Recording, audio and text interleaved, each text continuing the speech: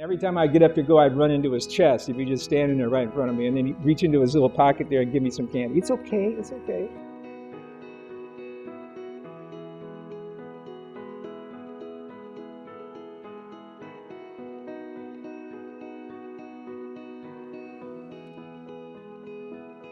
I was just sitting in the little Buddha hall crying because I didn't know what to do. You know, the teachers were quitting and students weren't listening.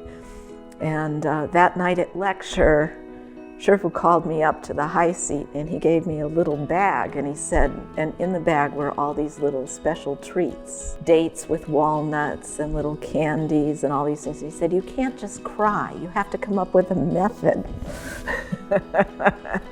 So when the kids behave well, you can give them a treat. And he helped me a lot in those early days. He taught as every situation arose. It wasn't like he sat me down and said, this is how you run a school. He told us general things. We should teach kids to be filial to their parents. We should teach them to be respectful to their elders, to be good citizens. Other than that, he really left it to us to figure out until something happened, and then he would try and help us out of the difficult situation.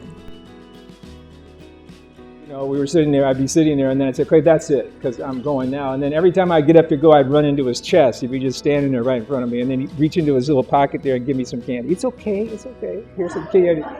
So every time I try to escape, he'd be standing there, and he'd go, oh, get you going.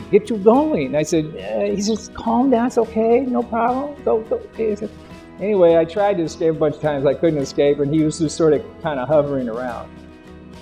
人死了，你再叫他活了也不难啊！只要你有这个神通，可以叫他活的，教化西方人最难啊！所有一切再难的事情都可以做，但是啊，教化西方人不容易。他的眼睛一瞪，一看比师傅也高也大啊，很不容易管的。